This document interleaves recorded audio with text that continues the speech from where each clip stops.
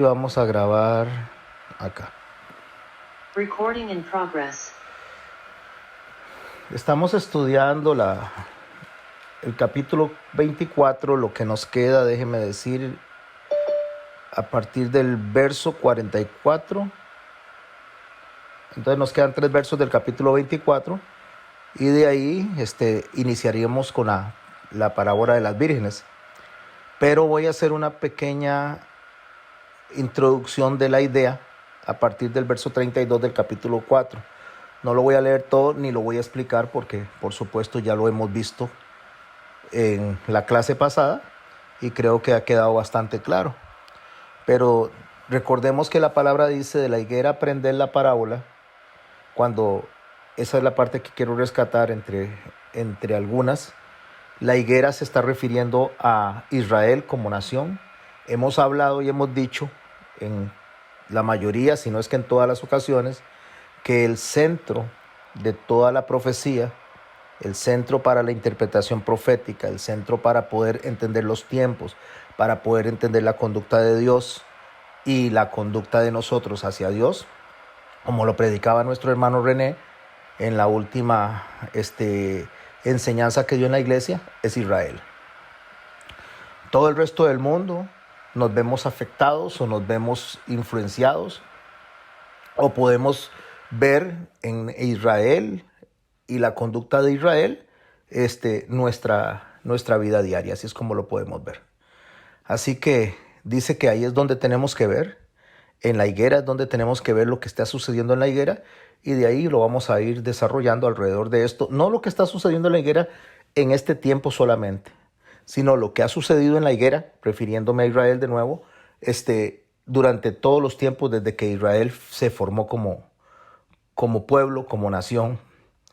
También dice que en los últimos tiempos las cosas que van a acontecer van a ser semejantes, similares a los días de Noé y a los días también de Lot, lo dice el Señor. ¿En qué sentido era que las cosas van a ser semejantes a? Bueno, que estaban distraídos, que estaban ocupados en sus propias cosas, en sus propias trabajos, en sus fiestas. Lo dice cuando dice que la gente se daba en casamiento, que estaban en el campo y que uno fue tomado y el otro fue dejado. Todo este escenario lo que nos habla a nosotros es de obras que el ser humano hace para sobrevivir, para poder hacer familia, lo que no es malo. O sea, no es malo que el hombre haga familia, que se case, no es malo que el hombre trabaje. Lo que está diciendo es que la atención que le está poniendo a estas cosas es tanta y es tan grande que lo lleva a una posición de afán en el corazón. Y cuando la responsabilidad pasa al afán, o sea, somos responsables, tenemos que atender nuestras cosas, nuestros pagos, pero cuando esto se pasa al afán, el afán es cuando ya no le dejas tiempo, no le dejas espacio a la adoración a Dios, al tiempo para Dios. Entonces hay una distracción en la cual el hombre deja de esperar la venida del Señor y se concentra más en las cosas de la tierra. Por eso es que dice que toda esta gente estaba bebiendo, casándose, dándose en casamiento hasta el día en que Noé entró en el arca y no entendieron. Ahí está la falta de conocimiento, ahí está la falta de estar bien ubicados en tiempo y espacio en lo que nos está pasando, y no se dieron cuenta hasta que vino el diluvio y se los llevó a todos. Así será la venida del Hijo del Hombre. Entonces, la venida del Hijo del Hombre va a ser en consecuencia o en semejanza a lo que pasó anteriormente. 1, en el afán. 2, en la incredulidad. Y 3, en estar distraídos, haciendo cosas que en realidad no nos llevan a nosotros al conocimiento pleno. De ahí viene y desarrolla todo lo que es el estar adentro o estar afuera. Me refiero que se divide en 2 grupos: o estamos adentro o estamos afuera. Por eso es que las parábolas del reino de los cielos, en el capítulo 13 del libro de Mateo, se refiere a estar dentro de la canasta, fuera de la canasta, de estar dentro de los propósitos de Dios o fuera de ellos. O sea, es o estamos o no estamos. Y eso fue lo que pasó también en los tiempos de Noé. Unos estaban en el arca, 8 personas, y el resto de la gente, el resto de la humanidad estaba fuera del arca. ¿Es adentro o es afuera? Lo voy a decir de una manera sencilla. En Cristo o sin Cristo. No podemos estar a medias. O estamos con Cristo o estamos sin Cristo. Pero no podemos estar con un pie a un lado y otro pie al otro. Después él dice que la necesidad que hay para no encontrarnos distraídos y para no encontrarnos haciendo lo que no nos toca, que hay que velar porque no se sabe la hora en que el Señor va a venir. Pero también indica, debemos de saber algo, que si el padre de familia supiera a qué hora va a venir el ladrón, velaría y no dejaría minar su casa. Así llegamos a este punto donde él hace esa advertencia, donde dice, si los ladrones supieran, si los padres de familia supieran cuándo van a ser robados, estarían atentos. Entonces, si nosotros como padres de familia, me estoy refiriendo a cada uno en su entorno de su casa, de su familia, a mí, a Max, a Will, a Alejandro, a los que estamos guiando a la familia, y pues muchos más que están aquí, por supuesto. Si nosotros supiéramos cuándo vamos a ser atacados por el enemigo, en este caso, cuándo será que venga la tribulación, estaríamos atentos a que no nos agarre desprevenidos y no nos cause dolor o nos robe o se lleve algo, ¿no? Por eso dice no dejaría minar su casa, o sea, no dejaría que le quiten las cosas que tiene. Lo que el Señor está haciendo con esta comparación es que de la misma manera que si el padre de familia supiera la hora y nosotros la supiéramos, la hora, estaríamos listos para esa hora, para esperar a esa hora.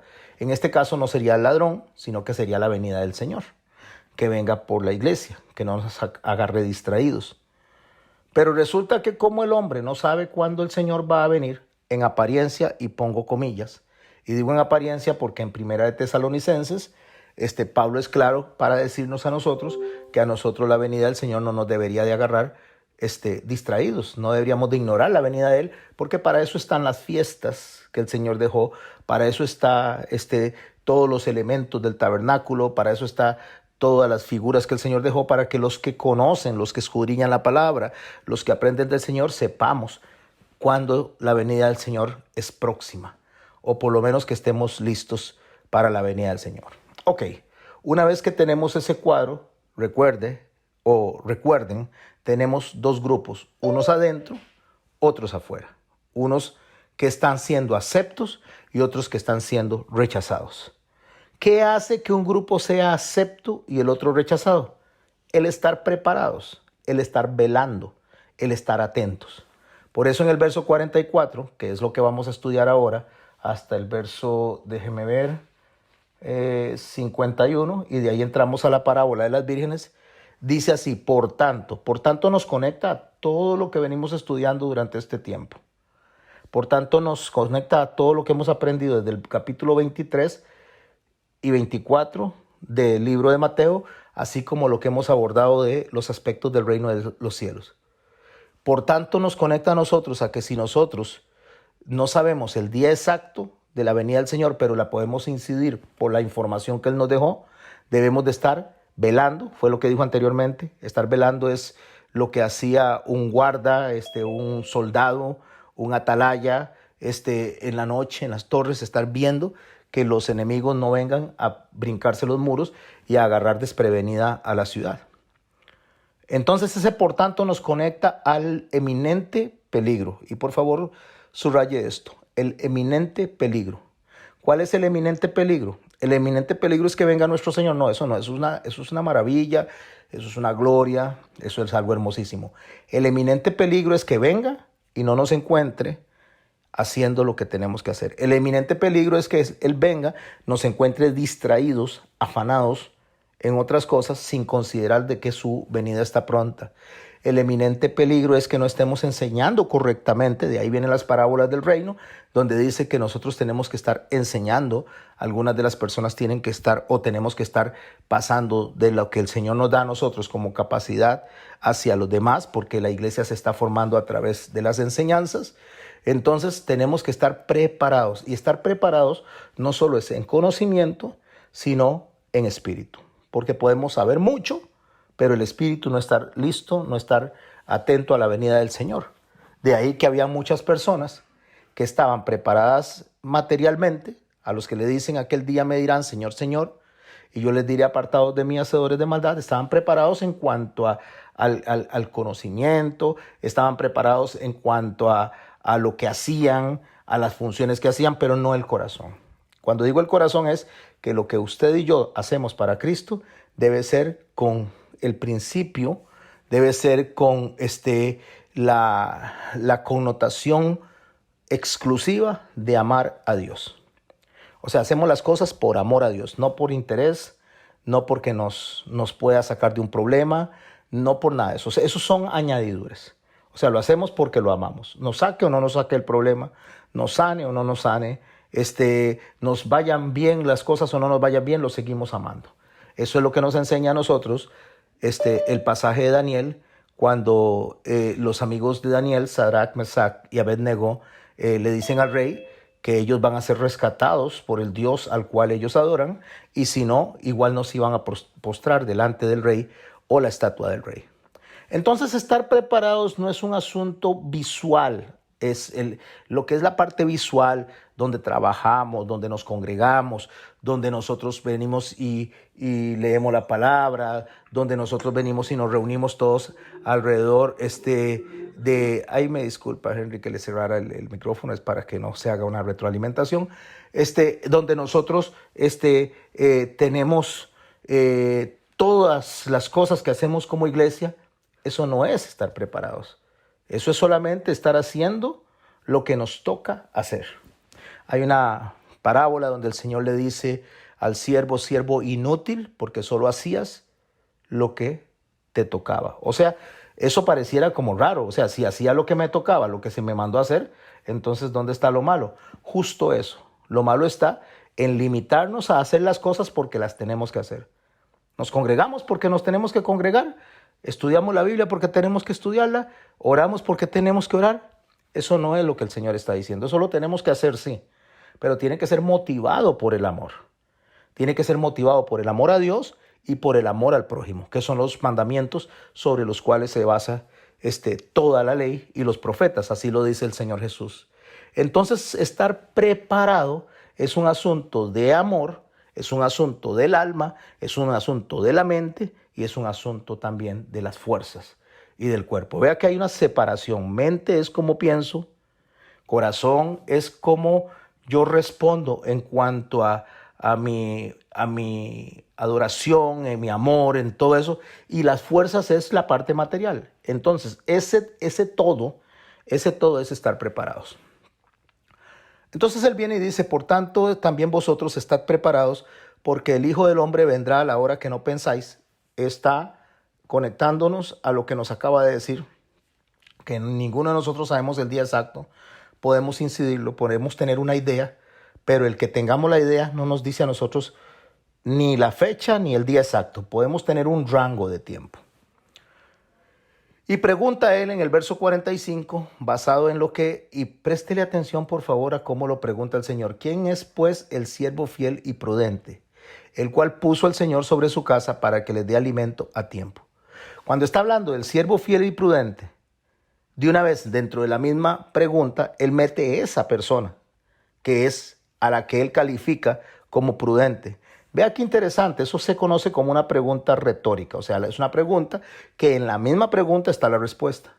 ¿Quién es el siervo fiel y prudente? Ok, esa es la pregunta. Pero de ahí viene la respuesta, el cual puso el Señor en su casa que les dé alimento a tiempo.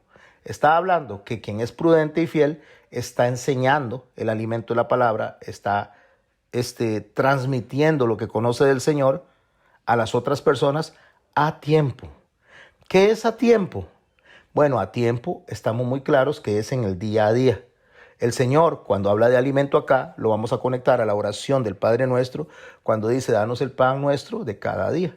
O sea, el alimento que es la palabra, el alimento que es el conocimiento, el alimento que es saber de Dios, que es conocer al Padre y conocer al Hijo, lo que nos da a nosotros la vida en abundancia. Y esto es lo que el Señor está diciendo, dar el conocimiento y recibirlo debe ser a tiempo, y a tiempo, repito, y subrayen, es en el día a día. En el verso 46, entonces viene y nos explica un poquito más, nos amplía esa pregunta, donde el Señor viene y con sus mismas palabras nos da la bienaventuranza de ese siervo. Sabemos lo que es bienaventuranza, no lo voy a repetir, pero nos da ese estatus de ese siervo, donde pone a ese siervo en el tiempo final como obra terminada y como hombre o mujer premiados, bendecidos por Dios en la bienaventuranza. Porque bienaventurado aquel siervo al cual su Señor venga y le halle haciendo así. ¿Haciendo cómo? Nos devolvemos al verso anterior. Dando alimento, preparando alimento, enseñando, discipulando. Ok, ¿esto qué nos lleva a nosotros? Esto nos lleva a que ustedes todos se hacen pastores. No, eso no significa. Eso significa que todos van a hacerse maestros de algún grupo en alguna iglesia. Eso no significa. Significa que todos, y subrayo la palabra todos, van a ser tal vez personas guías o personas líderes en alguna iglesia. Eso no significa. ¿Qué significa? Significa que todos, y ahora sí ponga todos, los que son llamados por Dios van a estar evangelizando. ¿Cómo se evangeliza si no estoy en un púlpito? ¿Cómo se evangeliza si no estoy guiando un grupo de personas en la iglesia? Se evangeliza con nuestra vida, en el día a día. O sea, lo que perciben nuestros hijos, lo que ven nuestros vecinos, lo que ve nuestra esposa, lo que ve el esposo, lo que ve la familia, lo que ven en nosotros. O sea, más que hablar, lo que nosotros somos, cómo nos identifica la gente. Eso es estar predicando. Porque la predicación no solo son palabras, la predicación son acciones. Y de aquí que vamos a ir al capítulo 25 de Mateo, donde se habla de las vírgenes, y lo que va a hablar es de conducta. Va a hablar de lo que se hace y cómo el Señor dice que tenemos que estar preparados en lo que hacemos, pero, y este pero es algo muy importante que tenemos que definir.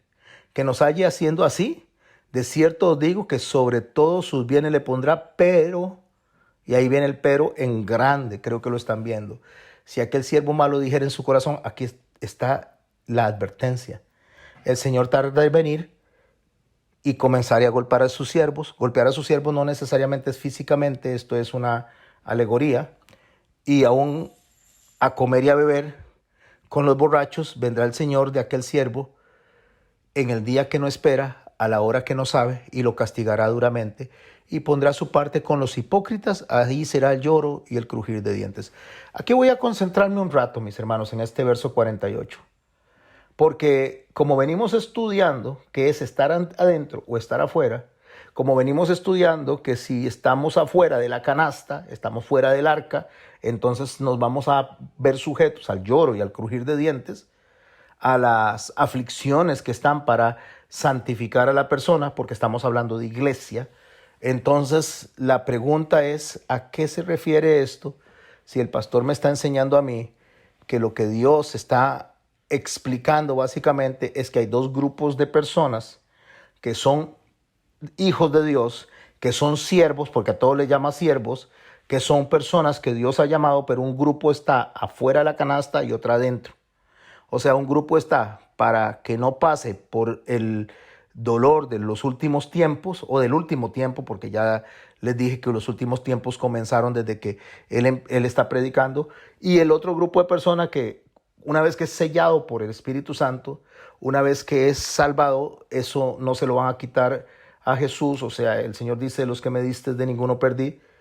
Pero si no está haciendo lo correcto, no está siendo hallado de la manera que Dios espera encontrarlo, entonces esta persona pierde la oportunidad de poder ser levantado con toda la iglesia. Entonces, cuando nosotros tenemos estos dos grupos de personas, en el verso 48 al 51, nos va a ayudar a nosotros a tener una idea completa de lo que el Señor está llamando la atención antes de ingresar a la parábola de las vírgenes, donde la parábola de las vírgenes lo que hace es ampliarnos la idea mucho más clara para nosotros.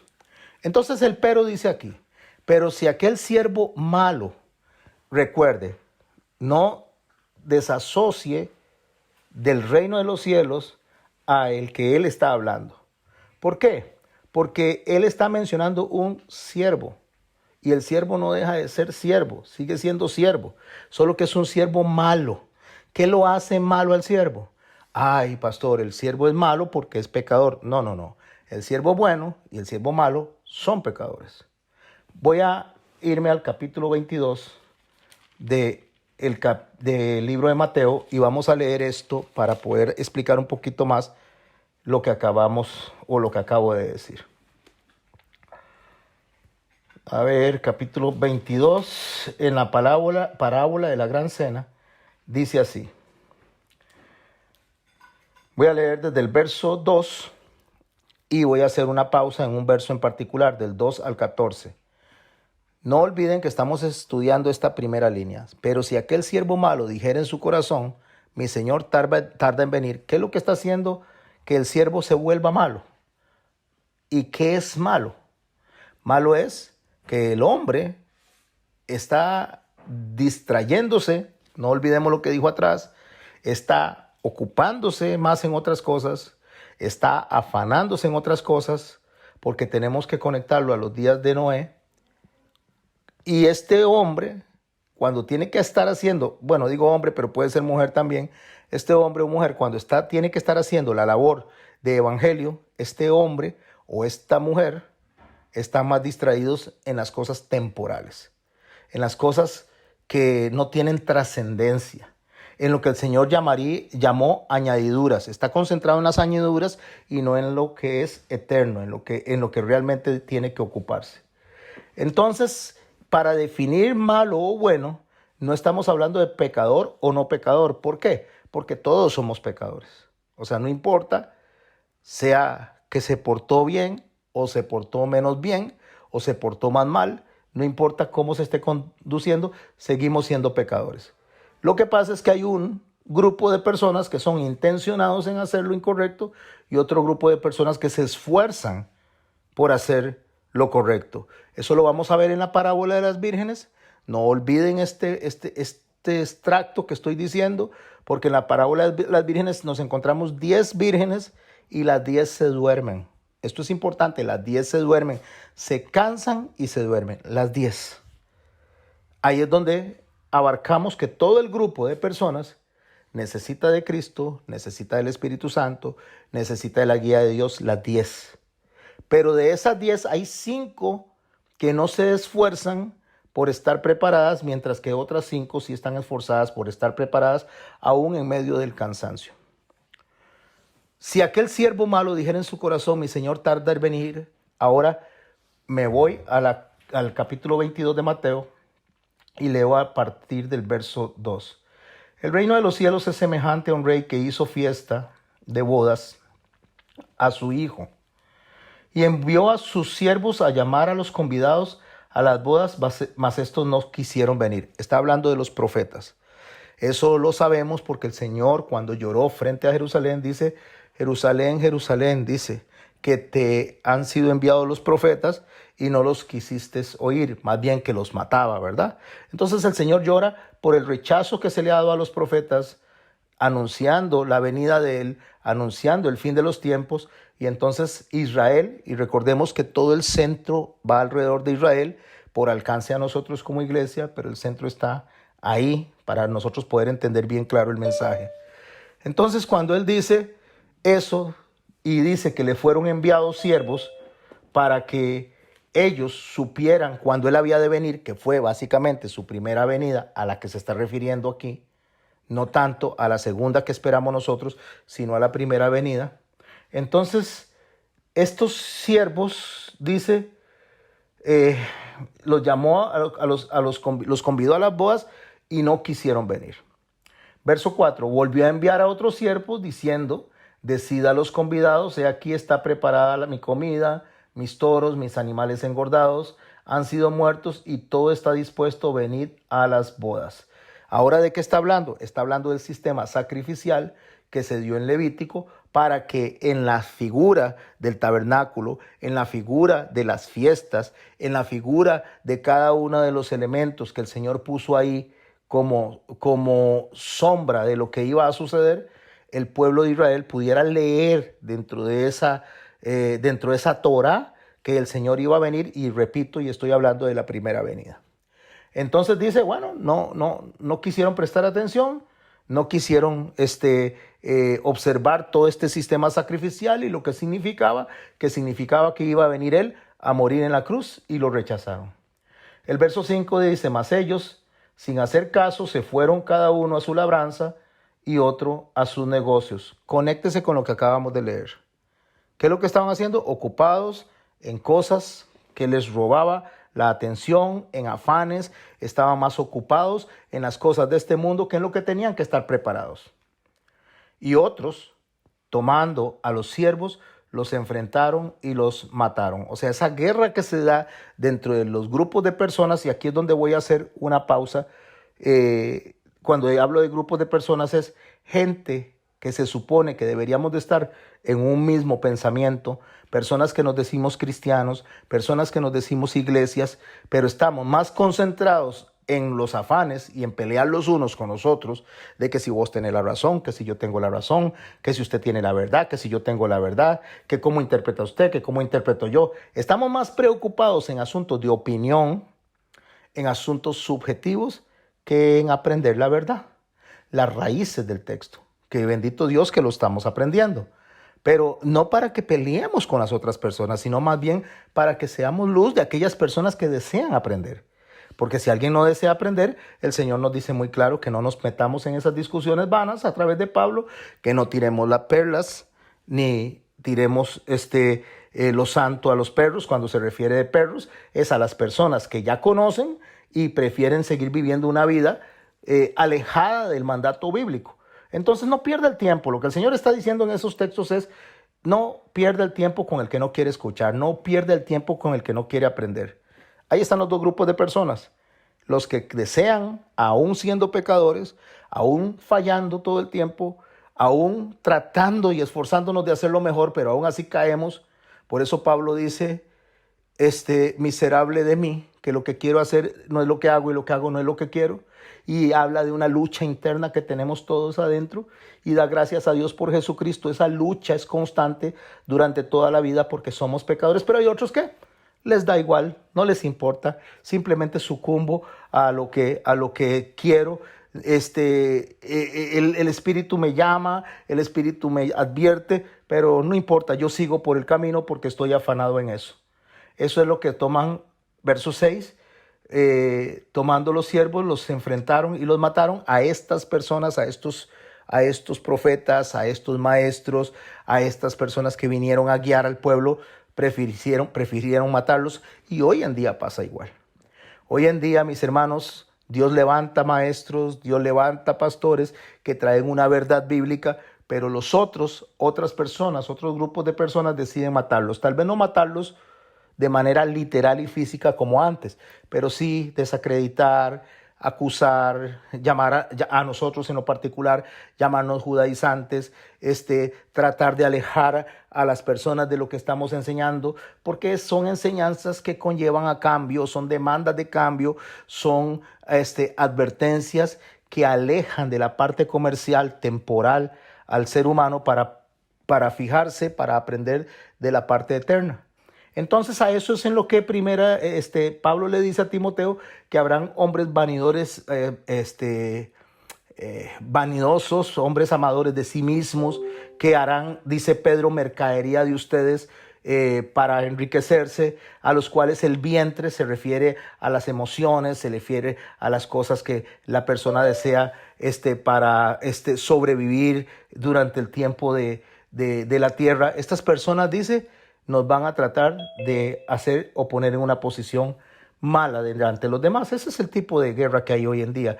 No es que nos van a agarrar y nos van a disparar, no. Pero es la misma gente que se supone que ama a Cristo, la misma gente que desea caminar con Cristo, es la guerra que hay interna entre los mismos.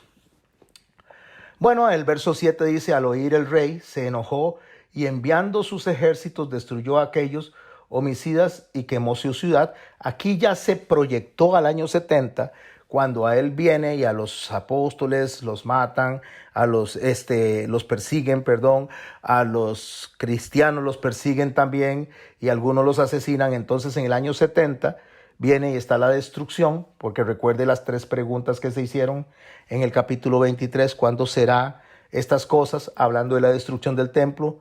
¿Qué señales habrá de tu venida? Hablando de la parucia, de venir por la iglesia. ¿Y cuándo será el fin de los tiempos? Hablando de el juicio sobre las naciones. Entonces, cuando él viene y presenta esto, dice, y mandó entonces el rey, se enojó y envió a los ejércitos y destruyó a aquellos homicidas y quemó su ciudad. Eso es ya proyectado a lo que es el tiempo donde el sacerdocio levítico, el sacerdocio del templo, ya no iba a ser efectivo, sino que entonces entramos en el periodo de la iglesia. Quiero hacer una pausa con esto. Periodo de la iglesia, no periodo de la gracia. El periodo de la gracia, mis hermanos, siempre ha estado. O sea, la gracia, desde el momento en que Adán y Eva se le pusieron pieles para protegerlos, desde ese momento ya el hombre recibió la gracia del Señor. Y desde antes de la fundación del mundo, dice el Señor en el libro de Efesios, ya habíamos sido determinados para salvación. Eso es gracia. La gracia siempre ha existido y siempre existirá, porque la gracia es la misma persona de Jesucristo, la misma persona de Dios. Pero el periodo de la iglesia, ya que es otra cosa, inicia una vez que el sacrificio continuo es eliminado y el Espíritu Santo viene a la tierra para empezar nosotros a funcionar como mensajeros de Dios en este periodo de la iglesia. Entonces dice el verso 8, dijo a sus siervos, las bodas en verdad están preparadas, mas los que fueron convidados no eran dignos. ¿Dónde conectamos lo de las bodas están preparadas? El Señor dijo, en la casa de mi Padre muchas moradas hay, voy pues a preparar un lugar para vosotros. Si así no fuera, yo os lo hubiera dicho. Ve cómo todas las parábolas se van entreconectando, o sea, todo es un mensaje que va entrelazado. No debe ser subjetivo, no debe ser de opinión, debe ser un mensaje bíblico. Sé que en este momento muchos están recibiendo mucha información, otros la están manejando bastante bien, la están digiriendo, se están alimentando. Pero si usted entró a esta clase y tal vez está comenzando en las primeras clases, apunte y después busque todas las referencias bíblicas que estoy diciendo. Tal vez no las estoy diciendo con capítulo y versículo, pero búsquela, haga ejercicio de su investigación, que eso es muy importante. Entonces dice, le dijo a sus siervos, las bodas a la verdad están preparadas, mas los que fueron convidados no eran dignos. Id pues a las salidas de los caminos, llamad a bodas a cuantos halléis. Está hablando de la evangelización, está hablando de la gran comisión, cuando él en este momento lo está siendo proyectado en una parábola profética, pero está hablando del evangelio, de ir por todo el mundo a predicar el evangelio a toda criatura, iniciando por Judea, Samaria y hasta lo último de la tierra. Y saliendo los siervos por los caminos, juntaron a todos los que hallaron juntamente, oiga, préstele atención, malos y buenos, y las bodas fueron llenas de convidados. Este verso, por favor. ¿Cuántos trajo? Todos los que pudieron hallar. ¿Cómo eran? Malos y buenos. ¿Ve cómo no estamos hablando de salvos y no salvos? Porque están dentro de la boda, están dentro de la fiesta, están dentro del reino de los cielos, están dentro del trabajo que se está haciendo de evangelización, según lo que el Señor está diciendo. Voy a dejar esta pausa, ya venimos a este verso y nos devolvemos al que estamos leyendo. Pero estamos de nuevo en Mateo capítulo 24, verso 48. Pero si aquel siervo malo dijera en su corazón, mi señor tarda en venir y comenzare a golpear a sus siervos y aún a comer y beber con los borrachos, ahí voy a hacer la pausa porque ahorita regreso a eso. Pero conéctelo ahí. Ese siervo calza dentro de lo que está diciendo, hay malos y buenos, dos grupos de personas. Y lo vamos a ver después en la parábola de las vírgenes. Entonces encontró malos y buenos y fueron llena de convidados la boda. Y entró el rey para ver a los convidados y vio allí a un hombre que no estaba vestido de boda. O sea, llegó, entró, están todos los invitados, y cuando él llega y encuentra a uno que no está vestido, o sea, no tiene la conducta correcta, no está haciendo lo que Dios le mandó, Ahí está la diferencia entre unos adentro y otros afuera. Este está dentro de la fiesta. Este está dentro de la participación, pero no viene vestido correctamente. Vestidos son acciones, vestido de la santificación. Vestido es que aún siendo pecadores, los buenos y los malos, no es bueno por dejar de ser pecador o malo el otro porque sea pecador, sino porque uno quiere agradar a Dios, se esfuerza por agradar a Dios, quiere cumplir con los preceptos, quiere cumplir con entender las fiestas, quiere entender cada una de las cosas que Dios establece. Unos se esfuerzan, otros no se esfuerzan. Unos se preparan, unos están listos, mientras que los otros no lo están. Y recuerde, las 10 vírgenes se van a dormir. Ahí están los dos grupos, pero hay una separación entre malos y buenos. Entonces el rey le dijo a los que servían: atarle de pies y manos y echarle en las tinieblas de afuera. Allí será el lloro y el crujir de dientes, porque muchos son llamados y pocos los escogidos. ¿Quiénes son llamados? Muchos. ¿A qué? A servir. ¿Quiénes son llamados? Muchos. ¿A qué? A evangelizar. ¿Quiénes son llamados? Muchos. ¿A qué? A que el Señor los encuentre haciendo lo correcto. Pero pocos son los que van a ser escogidos. ¿Cuándo? Cuando el Señor venga y se lleve a su iglesia y otro grupo se va a quedar. Eso lo vamos a explicar en la parábola de de las vírgenes, de las 10 vírgenes. Y esto, inmediatamente cuando él dice: ahí será el lloro y el crujir de dientes, justamente está hablando del proceso que van a pasar un grupo de personas dentro de la tribulación. ¿Quiénes son esas personas? Bueno, vamos al verso 49. Las personas que comenzaren a golpear a sus consiervos. ¿Qué se refiere a golpear? Ya lo expliqué. Personas que en lugar de buscar la paz, de ser pacificadores, de ser personas amorosas, crean divisiones. Producen divisiones dentro del cuerpo de Cristo. Están, en una constante batalla porque quién soy mejor. Eso le pasó a los apóstoles cuando le dijeron: yo quiero sentarme a tu derecha y quiero sentarme a tu izquierda. Y el Señor le dijo: ustedes no saben lo que están pidiendo. Por supuesto, porque a la izquierda de él y a la derecha iban a haber dos crucificados. Eran dos ladrones, pero ahí iban a estar crucificados. Ustedes no tienen idea de lo que están pidiendo.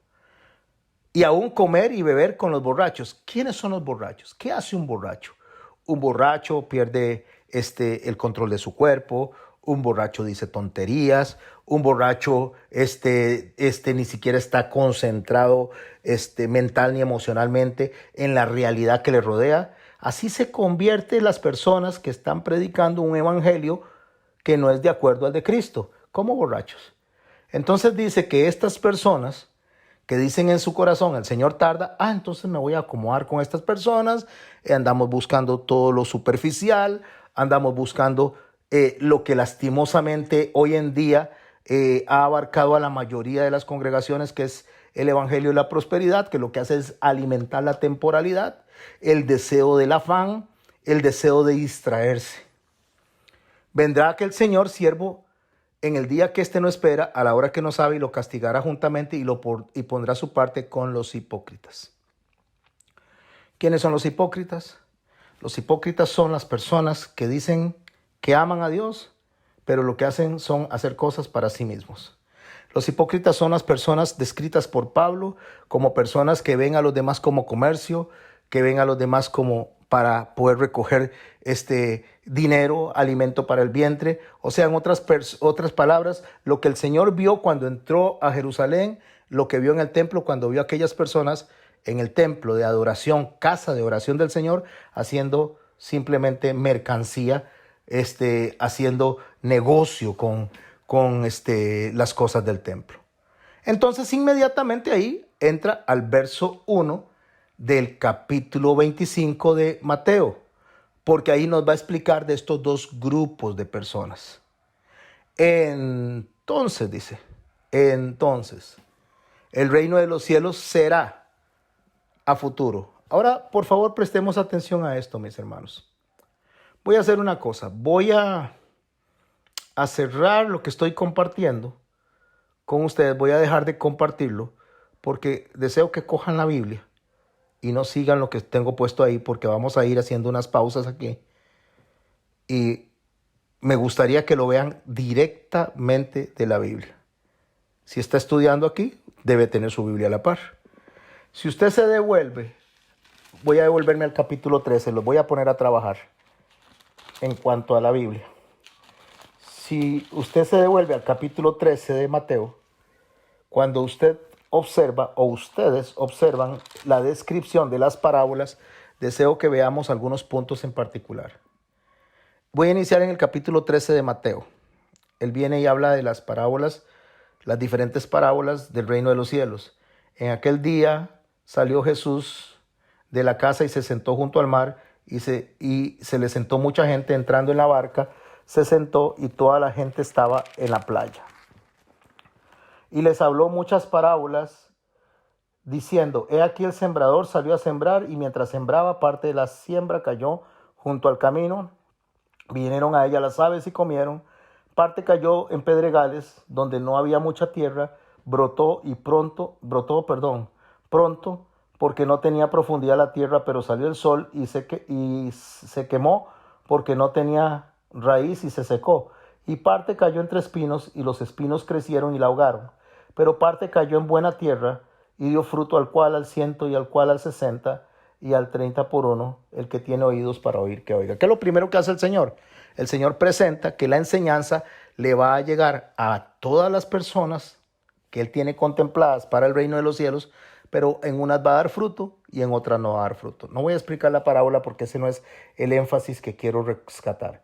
De ahí pasa y explica otra parábola que es la semilla, la parábola del trigo y la cizaña, donde nos enseña a nosotros que el trigo y la cizaña son personas que deberían de estar haciendo lo correcto, personas que deberían de estar funcionando dentro de lo correcto, y esto nos conecta a nosotros a la parábola de las vírgenes. O sea, grupos de personas. Usted lo puede ver donde dice que unos son hijos del rey, unos hijos del reino y otros son hijos del malo en cuanto a conducta. No hijos porque sean engendrados, sino porque su conducta es una conducta que no es correcta. Y después empieza a detallar una serie de parábolas donde él dice, cada vez que menciona esta parábola, escuche que dice, el reino de los cielos es semejante al grano de mostaza, verso 31. Después vemos vemos el verso 31, después nos vamos al verso 44 y dice así, el reino de los cielos es semejante a un tesoro escondido. En el verso 45 dice, el reino de los cielos es semejante a un mercader. El verso 47 dice, asimismo el reino de los cielos es semejante a una red. El verso 51 del capítulo 13 dice, ¿habéis entendido estas parábolas? Dice, y explica lo que el reino de los cielos es. Ok, me devuelvo al capítulo 25 que estamos iniciando ahorita de las vírgenes. Ahora sí, una vez que estamos en el capítulo 25, analicemos cómo mencionaba él el reino de los cielos y lo decía de esta manera, el reino de los cielos es. Ok, ¿por qué es importante? Porque está hablando que el reino de los cielos ya está en función. El reino de los cielos está aquí. El reino de los cielos es. El reino de los cielos está trabajando, porque él lo dijo muy claro cuando dijo a través primero de Juan el Bautista y después por su propia boca, dice, arrepentíos porque el reino de los cielos se ha acercado. Y después dice él, el reino de los cielos está aquí. O sea que ya nosotros tenemos que conducirnos según lo que Dios nos demanda a nosotros dentro de nuestra forma de ser dentro de lo que corresponde a los siervos de Dios, desde ya. No es cuando nos muramos, no es cuando resucitemos, es desde ya que nosotros tenemos que tener bien claro lo que nosotros somos dentro de este reino de los cielos. Pero en aquellas parábolas del capítulo 13, él dice, el reino de los cielos es. Pero si usted analiza la parábola de las vírgenes, es otra forma en que lo describe. Porque él no dice el reino de los cielos es, él no está hablando de un presente. Él dice el reino de los cielos será. ¿Ve la importancia de lo que estamos viendo? El reino de los cielos será, porque ya él no está hablando de algo en el día a día, sino de un acontecer que va a darle a la iglesia cuando él venga a por estas personas que se van a dividir en dos grupos. Unos se quedan y otros se van. Entonces el reino de los cielos será semejante a 10 vírgenes. Vamos a comenzar con esto. Podemos hablar muchas cosas de las vírgenes, podemos hablar de las bodas de las vírgenes, que ya lo hemos hablado, lo hemos aprendido en muchas formas, pero ahora nos vamos a concentrar en el mensaje teológico central. Cuando él dice el reino de los cielos será, está hablando ya de una conclusión a la cual se está acercando todo lo que fue la predicación. O sea, donde está ya en el clímax de lo que el Señor está profetizando en respuesta a lo que le preguntaron. Primero le preguntaron, ¿cuándo serán estas cosas? Habló de la destrucción del templo. Ya aquí no está la destrucción del templo. Ya aquí la destrucción del templo ya fue hecha. Ya fueron dispersos los judíos por todo el mundo. Aquí ya está hablando dentro del periodo de la iglesia. Está hablando de otro límite de tiempo. Está hablando de otro momento que es la segunda pregunta. ¿Cuándo les será la señal de tu venida? Y lo conecta justamente a que como en los días de Noé, así será. Pero el Señor dice y habla que hay 10 vírgenes que tomando sus lámparas salieron a recibir al esposo. Las lámparas representan, el aceite representa la unción. El aceite representa al Espíritu Santo. El aceite representa justamente eso que necesitamos nosotros para poder tener una buena relación con Dios. Ok, voy a hacer un ejercicio que ya he hecho en otras ocasiones y lo voy a hacer con todos los que están acá. Bueno, usted ahí donde está. Imagínense que usted tiene, usted no tiene aceite aquí en la mano. Usted tiene solo la mano sin aceite. Ponga el brazo así y sobre su piel, usted agarra la mano de esta manera y sobre su piel usted se empieza a frotar. Se empieza a frotar lo más rápido y lo más fuerte posible.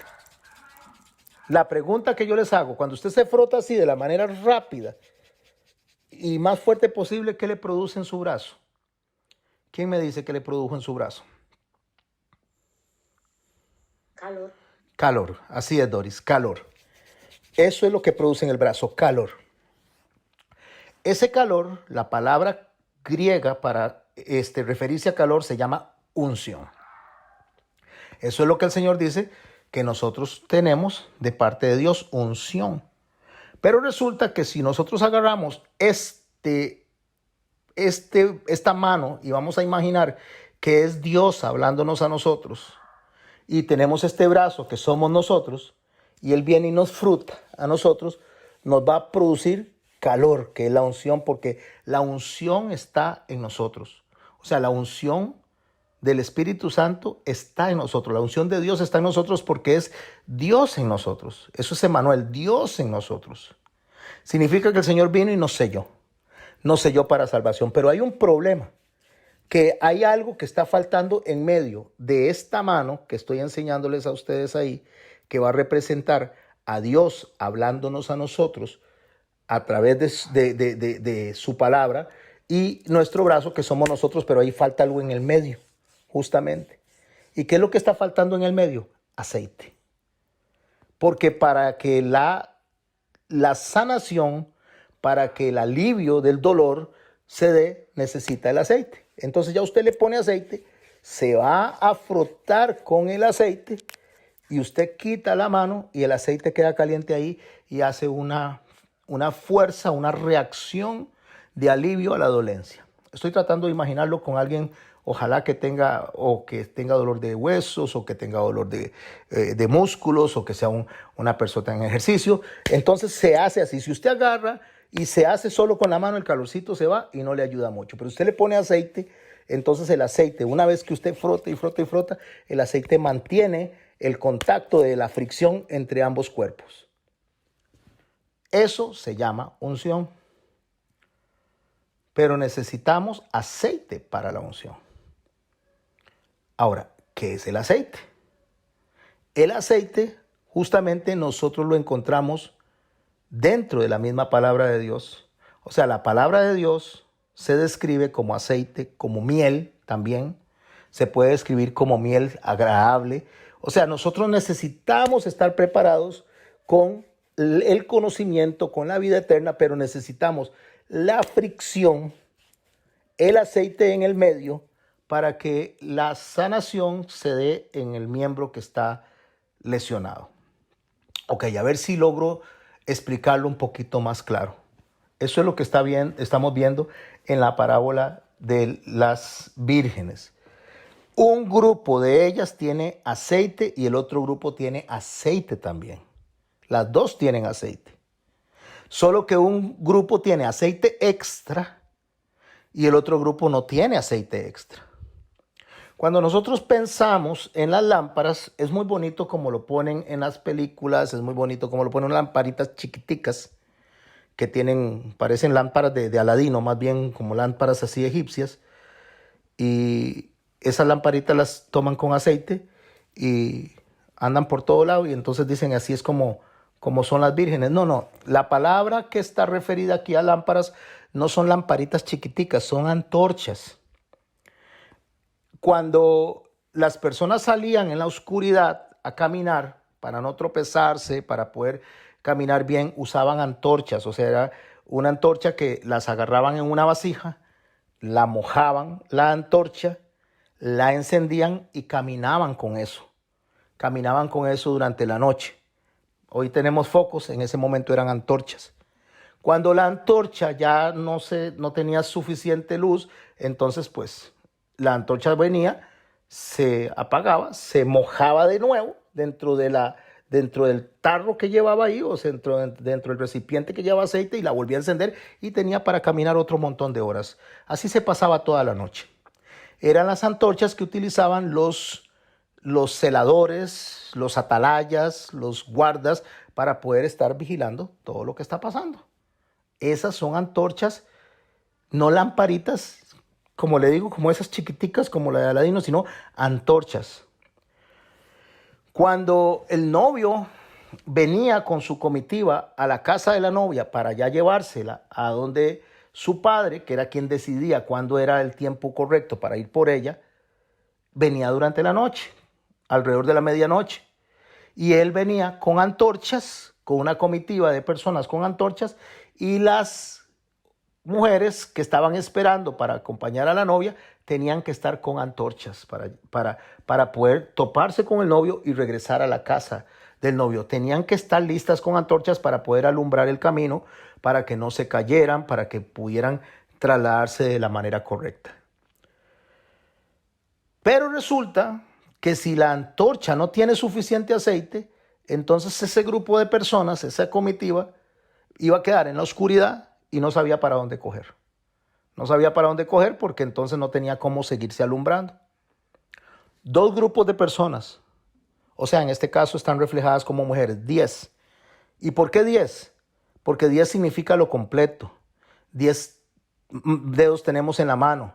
Significa un mensaje completo, absoluto y un mensaje poderoso. Entonces, el 10, que justamente está representando lo completo, el mensaje correcto, lo que dice es que estas mujeres, unas tenían antorchas listas y las otras tenían aceite extra.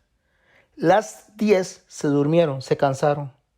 Las 10 dijeron, pero el Señor no ha venido, ahora voy a trasladarlo a nuestro tiempo. Mira, están los terremotos, están las persecuciones que el Señor dice, y nada, que viene el Señor, estamos anhelando que venga, estamos deseando que venga, y se cansaron. Todos nos cansamos en la vida, todos llegamos en el momento en que decimos, pero Señor, ¿cuándo vas a venir? Pero el Señor dice que los días serán acortados por causa de los escogidos. Ser acortado significa que antes de que perdamos la fe, el Señor va a sacar a la iglesia. Pero va a sacar a la iglesia de aquellos que están con antorchas listos para ir a topar al novio. Entonces, el aceite representa la unción, la conexión, la relación. Eso representa el aceite, la relación con Dios. Eso está en la oración, eso está en la adoración, eso está en esa comunión que se tiene con Dios. Eso está representando el frote, el roce. Pero el aceite representa justamente la intervención del Espíritu Santo para que podamos entender. Pero nosotros no podemos entender si no tenemos ese aceite en medio que nos va a respaldar a nosotros en el entendimiento. Y es lo que el Señor nos dejó a nosotros como instrucción. ¿Qué nos dejó el Señor como instrucción? Todo el Antiguo Testamento. El Antiguo Testamento es el diccionario del Nuevo Testamento. Entonces, todo lo que nosotros leemos en el Nuevo Testamento tenemos que irlo a interpretar al Antiguo Testamento. Y todo lo que dice el Antiguo Testamento tenemos que ir a ver qué nos dijo Jesús en el Nuevo Testamento referente al Antiguo Testamento. Ese aceite extra que no tienen estas mujeres justamente es lo que hace que estas mujeres no sean recibidas. ¿Y por qué no están siendo recibidas? Porque estas mujeres están actuando a destiempo, están celebrando lo que no tienen que celebrar, están desechando lo que el Señor le dijo que sí tenían que celebrar, porque están distraídas, son hijos, son siervos, están invitados a la boda, están invitados al banquete, pero, y ahí viene el pero no saben qué es un banquete, no saben cómo se celebran las bodas, no saben cómo hay que vestirse, porque se durmieron y no tienen aceite extra para la antorcha. Pero hay otras que se durmieron, se cansaron, pero se despertaron y se viene y está el aceite extra. ¿Qué es el aceite extra? Esto que estamos haciendo nosotros, discipulándonos. Por eso, mis amados y mis amadas hermanas, el Señor fue enfático. Id por todo el mundo y haced discípulos. Vea qué interesante, el Señor no dijo id por todo el mundo, predicad el evangelio y salven gente. No dice eso en ningún lado, porque quien salva a la gente es el Señor. Nosotros lo que hacemos es predicar la palabra, lanzar la semilla cae en las tierras y el Señor viene y la hace germinar, la hace crecer, Él la alimenta y entonces nosotros lo que hacemos como sacerdotes, como padres de familia, me refiero a la iglesia en conjunto, es enseñarle a la gente por qué Dios lo salvó y para qué Dios lo salvó. Y Dios nos salvó para la alabanza de la gloria de su gracia. Verso 1, capítulo 25, estamos ahí. Entonces el reino de los cielos es semejante a 10 vírgenes que tomando sus lámparas salieron a recibir al esposo. Las 10 tenían lámparas, ya lo expliqué. 5 de ellas eran prudentes y 5 insensatas. Aquí la diferencia entre una y la otra es preparación. Unas estaban preparadas y las otras no. Unas sabían lo que tienen que hacer y las otras no. Aquí no se trata de que se van a ir al infierno o al Gehenna, unas y otras no. No se trata de eso. Son parte las 10 del reino de los cielos. Las 10 son invitadas. Unas saben cómo vestirse y las otras no. Las insensatas, tomando sus lámparas, no tomaron consigo aceite. Ya dije que es el aceite. Lo que es la materia que el Señor nos dio para discipularnos. Ya expliqué lo que es el aceite. Es lo que necesitamos para que el mensaje que viene de Dios a través del Espíritu Santo, al conectarse con nosotros que estamos con el Espíritu Santo unidos, produzca ese calor que es un calor sanador. Es un calor revitalizador, es un calor que nos va a quitar a nosotros el dolor, nos va a aliviar las heridas, pero ese aceite está aquí, en la palabra de Dios. ¿Sabe qué dijo Jesús? El mundo pasará, la ciencia pasará, mas mis palabras no pasarán. Y no se refería solo al Nuevo Testamento, se refería a todas las palabras que están escritas desde el Génesis hasta el Apocalipsis. Entonces dice, estas mujeres no tomaron consigo aceite, mas las prudentes tomaron aceite en sus vasijas juntamente con sus lámparas. Escuche, vasijas. O sea, llevaban la antorcha, que es la lámpara a la cual se está refiriendo, y llevaban aceite extra, vasijas para poder rellenar, para poder mojar esa antorcha con aceite y que continúe alumbrando. Tardándose el esposo, cabecearon todas y se durmieron. ¿Se acuerda lo que acabamos de leer? Había un grupo de personas que, como ven con tardanza a la venida del esposo o la venida del rey, entonces empiezan a golpear a los consiervos, empiezan a emborracharse, empiezan a pensar en su estómago, en sus emociones, en lo que a ellos les interesa, en lo que a ellos les importa y no en lo que Dios quiere. Espero que no pierdan la conexión de lo que estoy explicando. A la medianoche se oyó un clamor. Aquí viene el esposo, salid a recibirle. El clamor. se oyó un clamor. ¿Cuál es el clamor? ¿Cuál es el clamor del esposo? ¿Cuál es el clamor del grito? ¿Qué es lo que está diciendo que viene el esposo?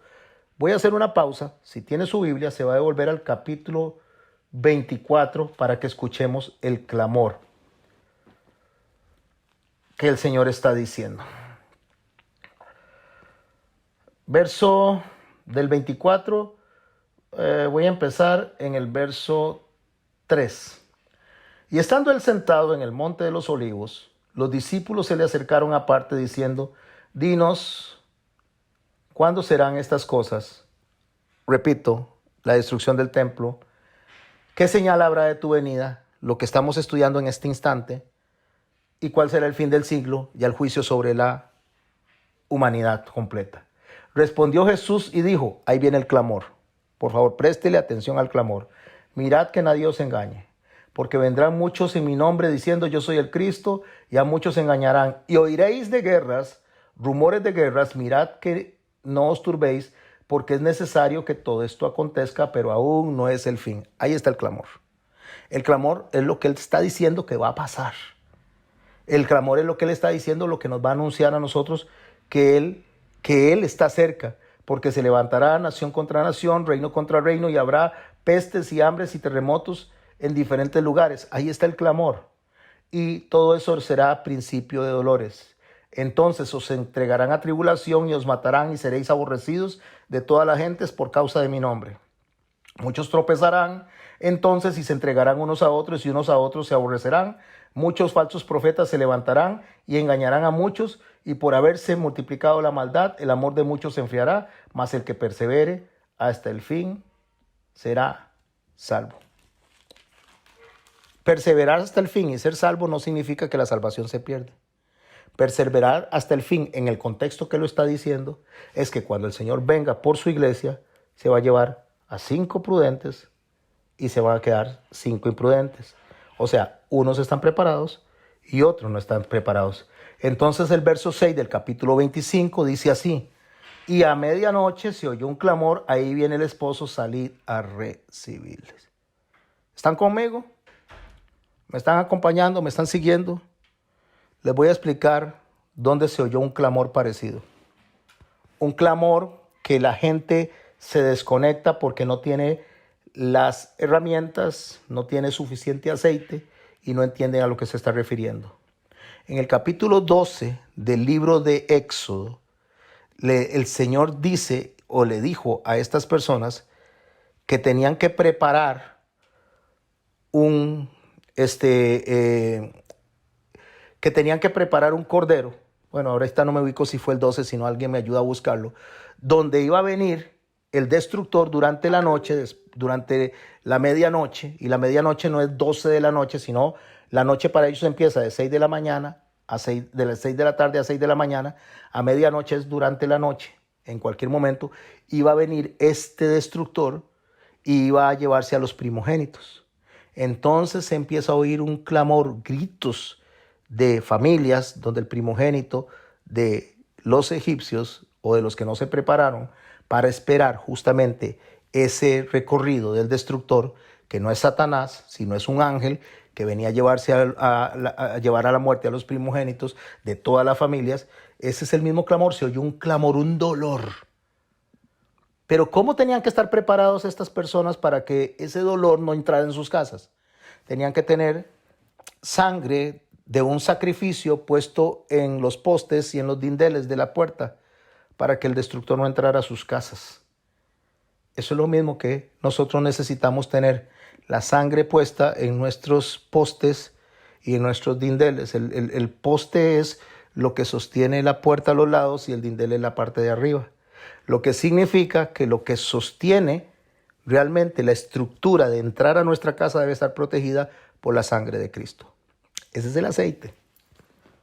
Ese aceite que es la palabra de Dios debe guiarnos a nosotros a Cristo, a su sacrificio, a entender por qué murió y la importancia de su resurrección. Eso es lo que tenemos que aprender nosotros siempre. Tenemos que estar siempre constantemente aprendiendo realmente por qué Cristo vino por nosotros, por qué Cristo vino a morir en una cruz, para que nosotros podamos entender que no es por nosotros ni por lo que hacemos, que tener las lámparas preparadas no somos nosotros, o sea, nuestra conducta es estar aprendiendo de Él, que tener las lámparas preparadas es ir a ese aceite, a la palabra de Dios, que a través del Espíritu Santo que se va a frotar contra nosotros, nos ayude a entender cómo Dios quiere encontrarnos, cómo nosotros tenemos que estar listos para que Dios no nos encuentre como obreros que tengamos de qué avergonzarnos. A medianoche, verso 6, capítulo 25, se oyó un clamor. Ahí viene el esposo, salid a recibirle. Entonces todas aquellas vírgenes se levantaron y arreglaron sus lámparas. ¿Cuántas se levantaron? Todas. ¿Cuántas se durmieron entonces? Todas. Todas estaban cansadas. ¿O usted no se siente cansado a veces? ¿O usted no siente como que ya está que tira la toalla? Usted a veces no dice, uy, que ya no quiero ni ir a congregarme. Uy, qué pereza, ya no quiero ni ir a salir. A veces no quiero ni leer la Biblia, a veces no quiero ni orar, porque se cansa el ser humano. El ser humano en sus propias fuerzas se cansa. Necesitamos del Espíritu Santo que nos dé unción. Pero cuando nos cansamos y ya no tenemos de dónde agarrar, cuando sentimos que nos estamos ahogando, cuando usted dice, ay, ya no quiero seguir, viene un refresco. Viene una lluvia que cae sobre la tierra y vuelve a hacer que las matitas se levanten, donde las matas se van agobiando y van sintiéndose tristes y parece que se van a secar. El agua cae, esa es la lluvia tardía. El agua cae y se levanta de nuevo la planta, vuelve a agarrar fuerza la planta. Pero eso no viene de nosotros, eso viene de Dios. Es Dios el que hace eso en nosotros. Pero necesitamos tener el aceite para mojar la lámpara y poder caminar y guiar a otras personas hacia Cristo. Y el aceite es justamente la palabra de Dios. Y las lámparas, como dice el salmista, lámpara es a mis pies tu palabra y lumbrera mi camino. El aceite justamente quemándose en la lámpara, en la antorcha que va alumbrando, es el Espíritu Santo utilizando lo que nosotros hemos aprendido en el discipulado para poder caminar. Pero ¿qué pasa si la gente no se quiso discipular? Si la gente lo que quiere es entretención, estar en un puro vacilón, en un puro entretenimiento en las iglesias. Entonces, cuando vienen los tiempos difíciles, no tienen aceite extra. No saben qué hacer. No saben cómo alumbrar porque lo único que tienen es en el estómago pura fiesta, pura pizza, puros juegos, puros bodoquitos, como chiquitos que necesitan que les estén dando chocolates para que hagan algo. Como chiquitos que hay que decirle, mire papito, recoja la ropa y la lleva a la lavadora y le doy un premio cuando debe hacerlo porque es una responsabilidad. No necesita premiar usted a su hijo para que saque buenas notas. Él tiene que sacar buenas notas, aunque no lo premien porque es una responsabilidad que tiene él en sus estudios. Y nosotros igual tenemos una responsabilidad delante de Dios de cumplir, de esforzarnos en aprender, de esforzarnos en estudiar, para que entonces no vengan con evangelios raros a nuestros oídos a enseñarnos cosas raras y que nosotros entonces nos confundamos y estemos distraídos y venga el diluvio y nos ahogue porque nos agarra distraídos porque no sabemos lo que está pasando. Y cuando lo que está pasando, entonces salimos corriendo y explíqueme, Henry, explíqueme, ¿de qué se trata esto? ¿Qué es lo que está pasando? Y Henry ya dice, no, ya yo estoy listo para que el Señor me lleve. Ya no hay tiempo, ya el tiempo se fue, se acabó. A ver, don Max, explíqueme. Y llega la gente, explíqueme. Sí, les podemos explicar, les podemos ayudar y lo vamos a hacer, pero el tiempo se terminó. Porque esto es un aprendizaje de toda la vida, no es de 2 o 3 meses. Ya hay muchas cosas que se requiere tiempo para aprenderlas. Salvación, ¿la pierde? No, no la pierde. Pero se pierde la posibilidad de esperar al novio como Él quiere que lo esperen. O sea, adorar a Dios como Él quiere ser adorado. Entonces aquellas vírgenes, verso 7, se levantaron y arreglaron sus lámparas. Las insensatas dijeron a las prudentes, dadnos de vuestro aceite porque nuestras lámparas se apagan. Entonces van con las antorchas y dicen, ¿y ahora cómo hacemos para llegar? Ahora, ¿cómo hacemos para encontrar el camino en esta oscuridad? Estamos a medianoche y no estoy hablando de 12 de la noche. Estoy hablando en el recorrido durante la noche. O sea, ¿qué hacemos? O sea, ¿cómo vamos a hacer para poder encontrar el camino? Necesitamos aceite. Y se voltea a las otras y le dice, denos de su aceite. Y ellas dicen, no, pero si le damos del aceite que llevamos nosotros aquí extra, A nosotros nos van a apagar las lámparas también, no vamos a poder llegar. Si nosotros tenemos que estarnos devolviendo para que nos den lechita en lugar de vianda, tenemos un problema. Porque Pablo dijo, ya ustedes deberían ser maestros a esas alturas. Y hay más bien necesidad de estarles enseñando lo mismo. Porque no eran capaces ni son capaces, pero no son capaces porque estaban ocupados en alimentar el vientre, en las cosas temporales, en las cosas banales. Entonces ellas están diciendo, denos a nosotros, o sea, vamos para Guanacaste, tenemos que llenar el tanque. Pero yo no le echo al tanque, le echo un cuarto de tanque, nada más. Y don Carlos Ramírez entonces va con su carro para Guanacaste con el tanque lleno y vamos los dos. Y cuando llegamos a medio camino ya, ay, se me acabó el combustible y todas las gasolineras están cerradas porque están en huelga o porque hubo un terremoto. Y entonces yo le digo, écheme de su combustible. Y me va a decir don Carlos, pero si yo le echo el combustible mío no voy a llegar ni a mi casa, ni usted ni yo. Entonces, mejor vaya a ver quién le consigue combustible en esas gasolineras, a ver si puede llenar, porque yo necesito llegar a mi casa. Usted no se preparó, usted sabía que el viaje era largo, usted sabía que eran muchos kilómetros, usted sabía la distancia que había que recorrer, ahí lo dice la palabra. Pero por pereza de ir a echar combustible, por pereza de sacar el tiempo, entonces ahora usted me está pidiendo combustible a mí y yo no puedo darle. Yo no puedo darle porque yo voy aquí con mi esposa, voy con mis chiquitos, bueno, ya los hijos de él están grandes, pero imaginemos que están chiquitos, tienen hambre, tienen que llegar a la casa. Así están estas mujeres. Estas mujeres le están diciendo a ellas, danos de vuestro aceite, porque nuestras lámparas se apagan. Mas las prudentes son preparadas, prudentes son las que llevan suficiente aceite para llegar a la meta. Respondieron diciendo, para que no nos falte a nosotras y a vosotras, id más bien a donde venden y comprad para vosotras mismas.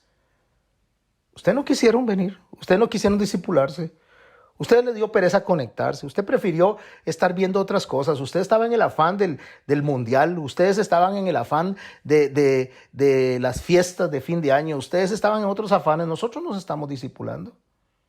Nosotros ya tenemos el alimento que necesitamos, estamos llenando más bien alimento extra para poder soportar los últimos días. Esto no es plata, mis hermanos, esto no son ahorros, mis hermanos, esto son cosas que el Espíritu necesita, cuando digo el Espíritu, nuestro Espíritu necesita para que cuando el Espíritu Santo nos presenta la palabra y empieza a frotarnos, a producir ese calor que es unción, entonces nuestro cuerpo pueda sentirse aliviado del dolor, pueda sentirse aliviado de las contracturas, pueda sentirse aliviado de las caminatas largas. Estoy hablando de una manera espiritual.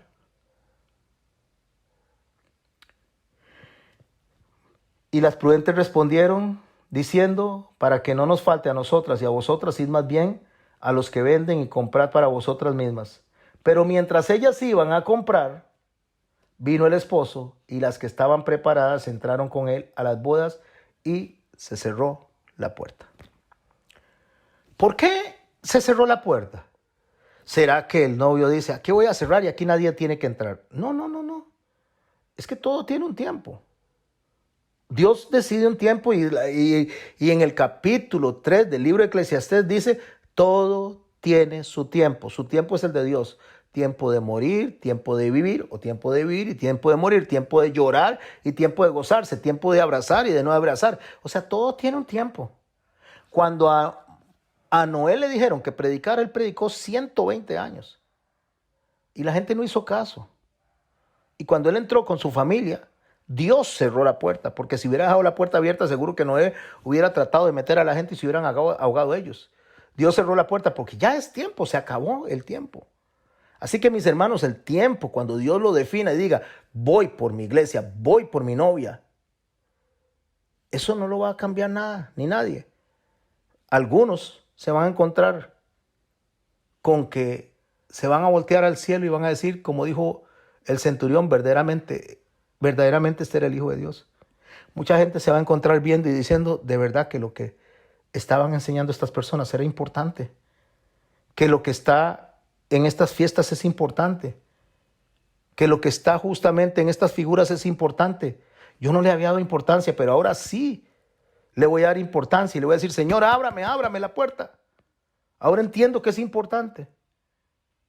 Así que las que estaban allá distraídas, dice, volvieron diciendo, Señor, Señor, ábrenos.